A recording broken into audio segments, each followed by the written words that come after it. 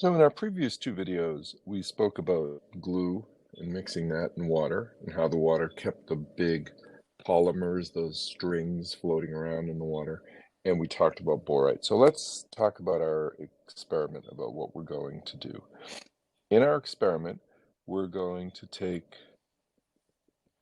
three beakers, and they're going to be certainly smaller than this one. There we go. 3 beakers. 1,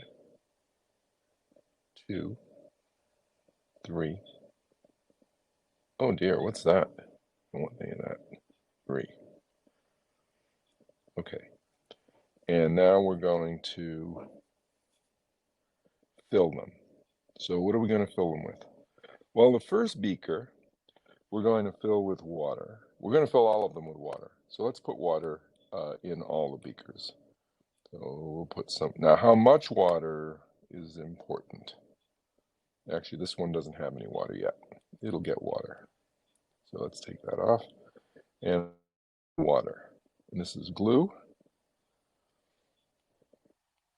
Glue and borite or borax. And we'll make the water look nice, like water. Oh dear. I'm gonna fill in a little bit of this gap here. There we go. And now we can make this filled with water. Okay, now this water, the glue water, has strands of glue in it. These long things called polymers with magnets on them. Let's call it magnets. They're not magnets, but for our purposes, we're going to call them magnets because they're electrically attracted to each other.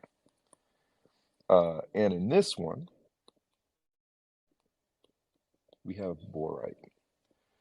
And what we're going to do is we're going to mix them together, and we'll see what happens in the next video.